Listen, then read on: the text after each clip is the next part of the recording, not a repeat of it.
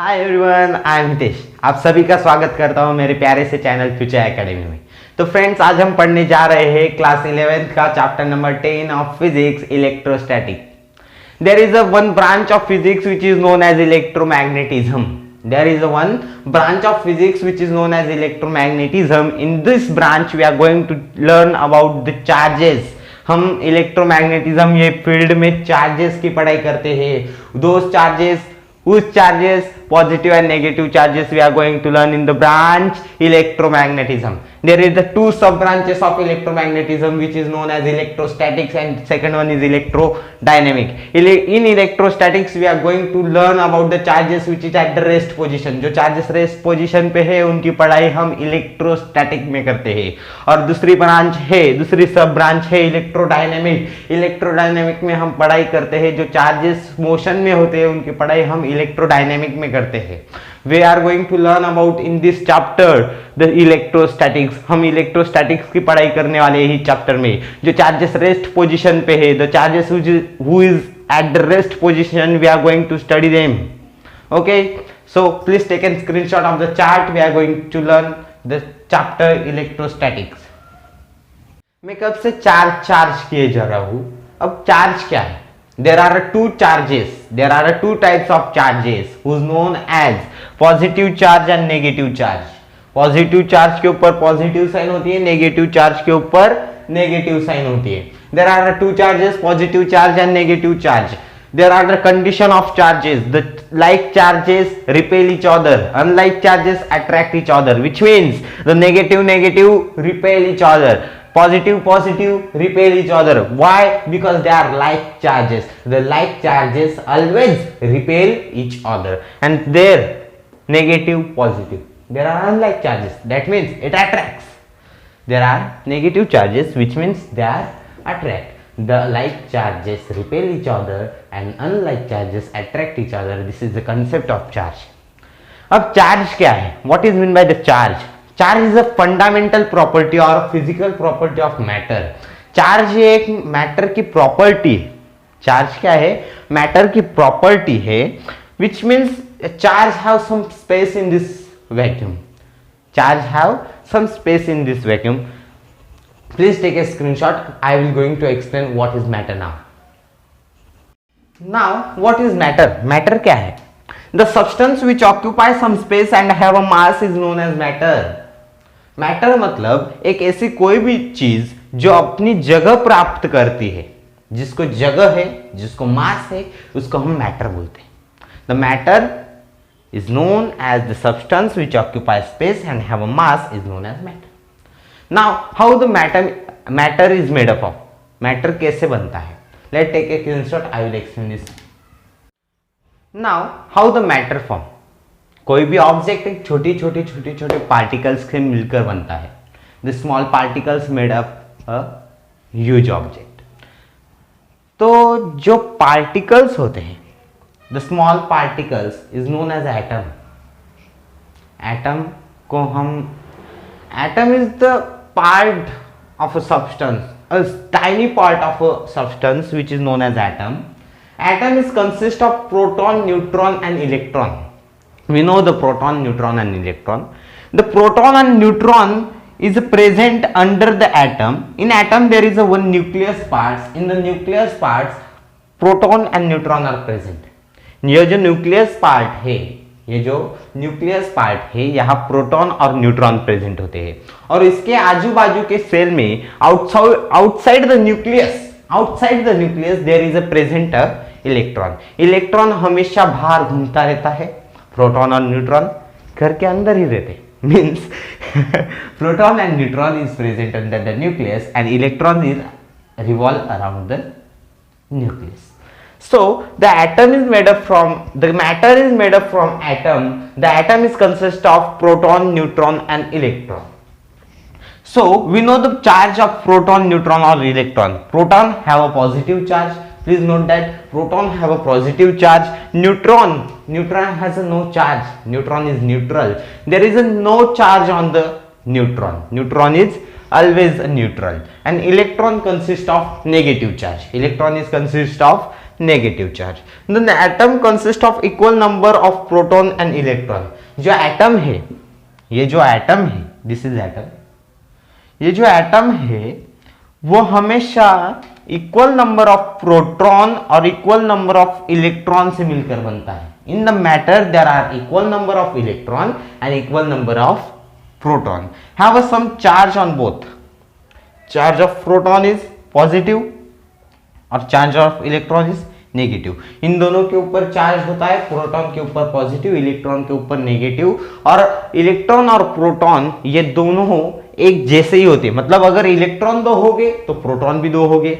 In atom equal number of protons and equal number of electron. अगर 3 electron होंगे तो 3 proton भी होंगे, अगर 4 इलेक्ट्रॉन होंगे तो 4 प्रोटॉन भी होंगे। This is known as atom. So from that we that learn the atom has net charge 0। Atom का नेट चार्ज क्या हुआ फिर? अगर इक्वल नंबर ऑफ इलेक्ट्रॉन है और इक्वल नंबर ऑफ प्रोटॉन है तो एटम का नेट चार्ज हुआ 0। It is a neutral, it is a neutral. So the atom is electrically neutral because number of electron is equals to number of proton.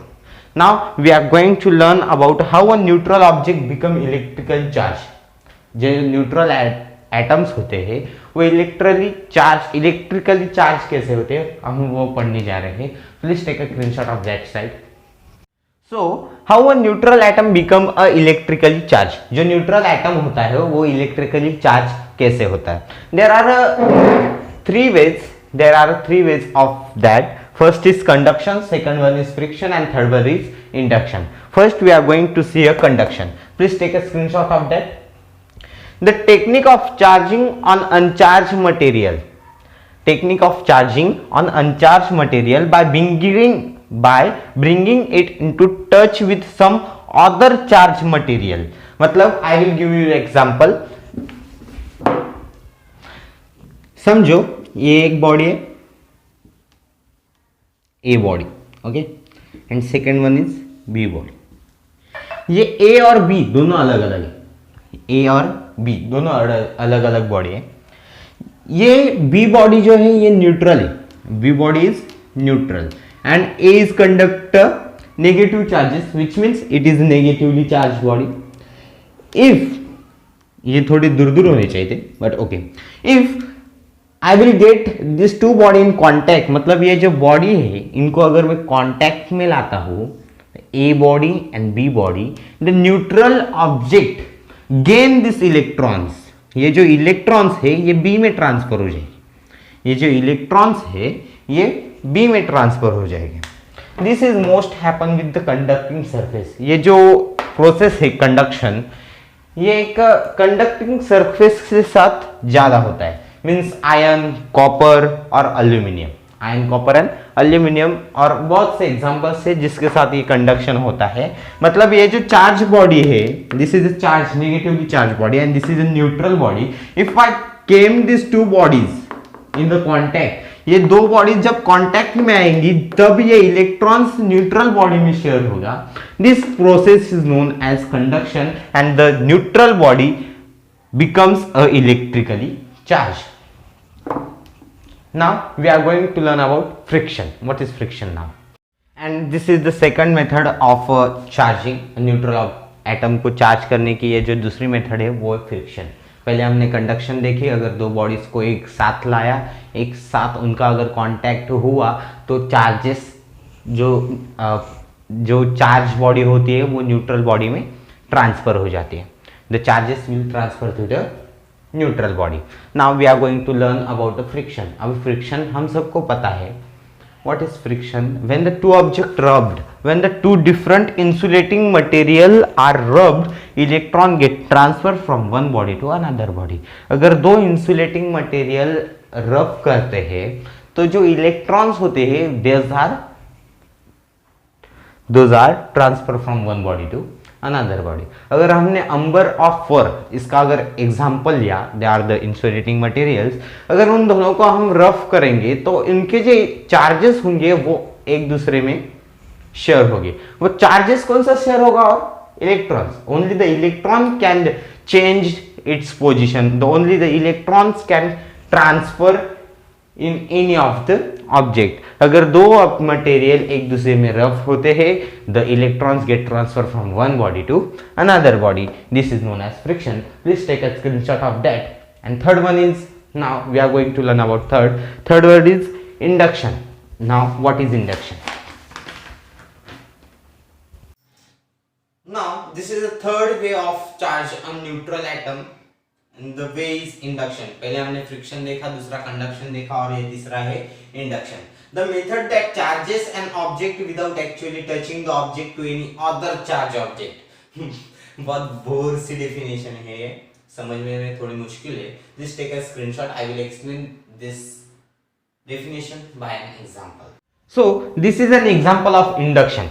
अब मैंने ये दो body लिया है, I take in two bodies, ये दो bodies मैंने लिए, ये दोनों बॉडी को चिपका दिया, इन दोनों बॉडी को मैंने जुड़ा दिया, तो फिर इस जो बॉडी में ये चार्ज इक्वली डिस्ट्रीब्यूटेड है, मतलब ये जो ऑब्जेक्ट है, ये जो बॉडी है, this is a neutral body. ये बॉडी क्या है? न्यूट्रल है।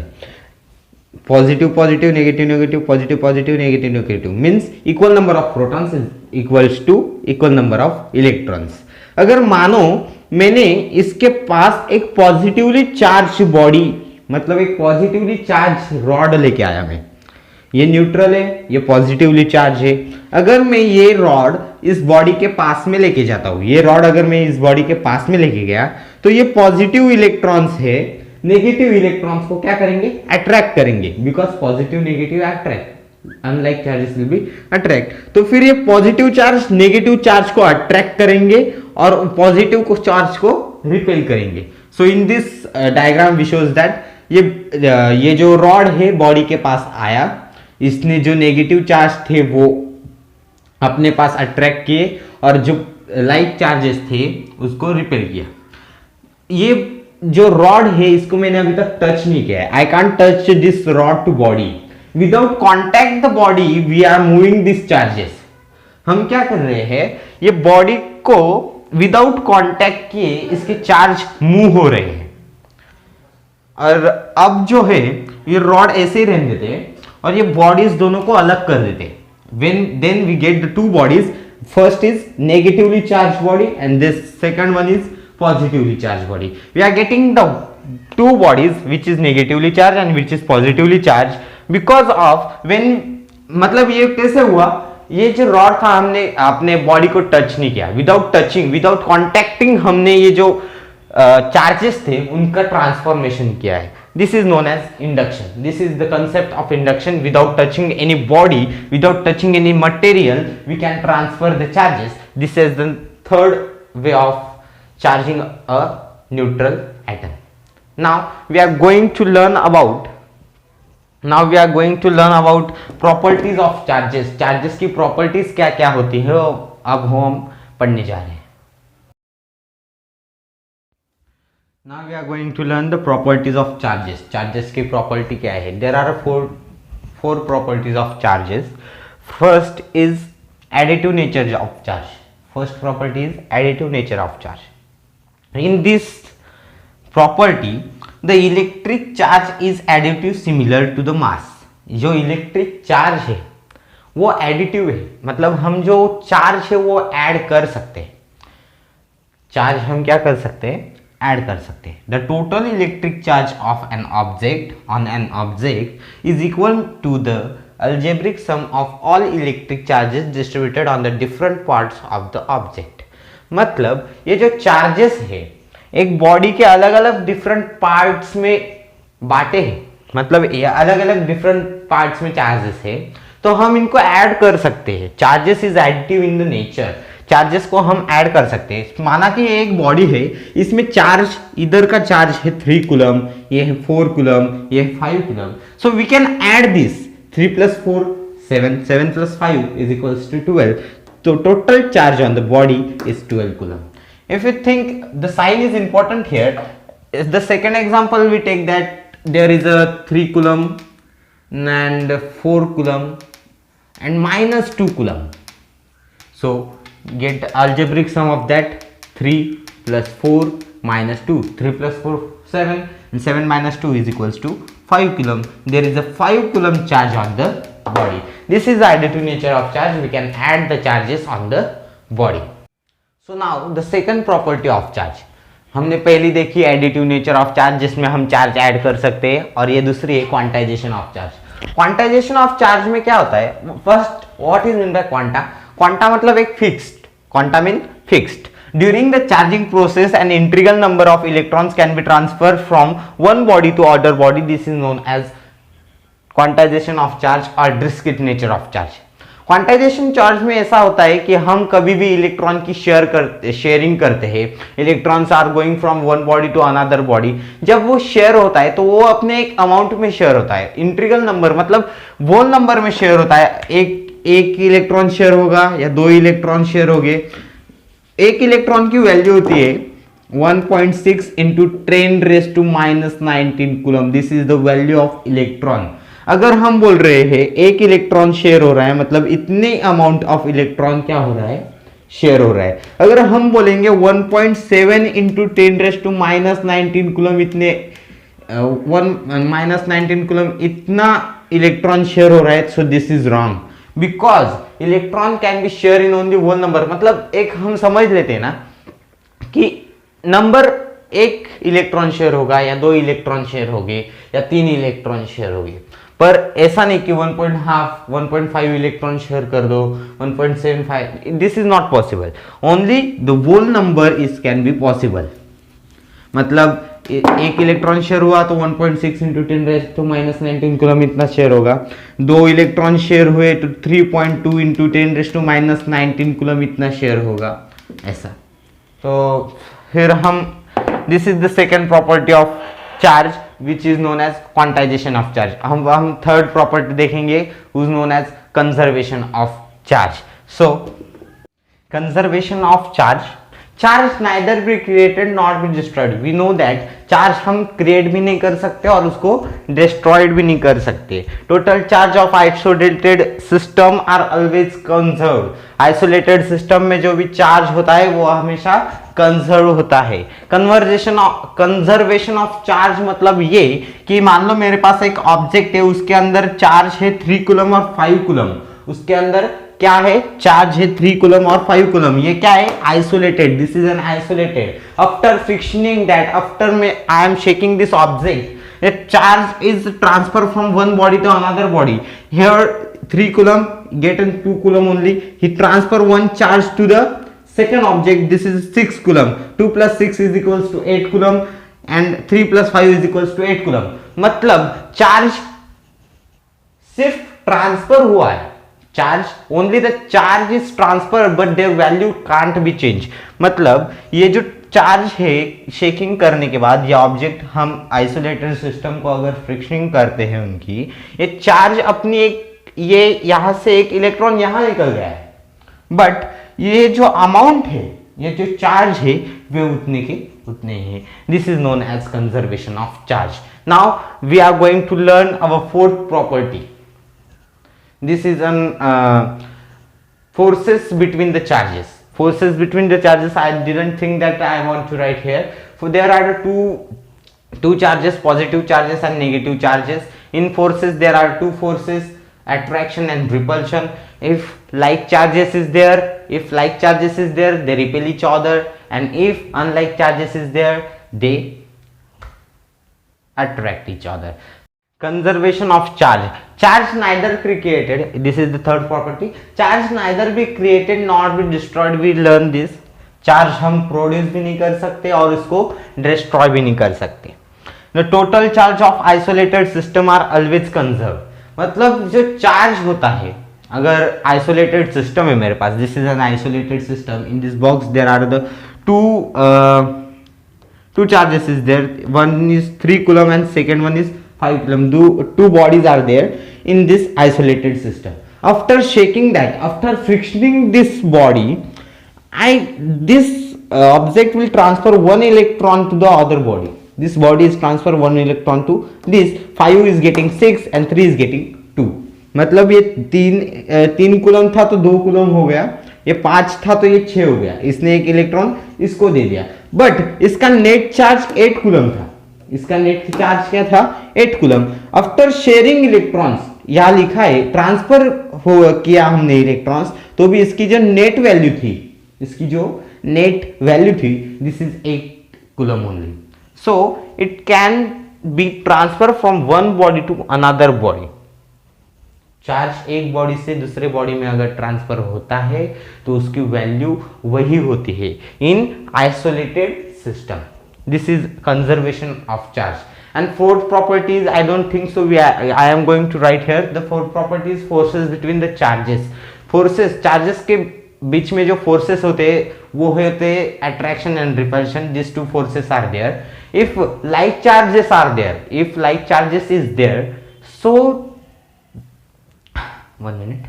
If like charges is there, so it get repel, and if unlike charges are there, it get attracted. This is the property of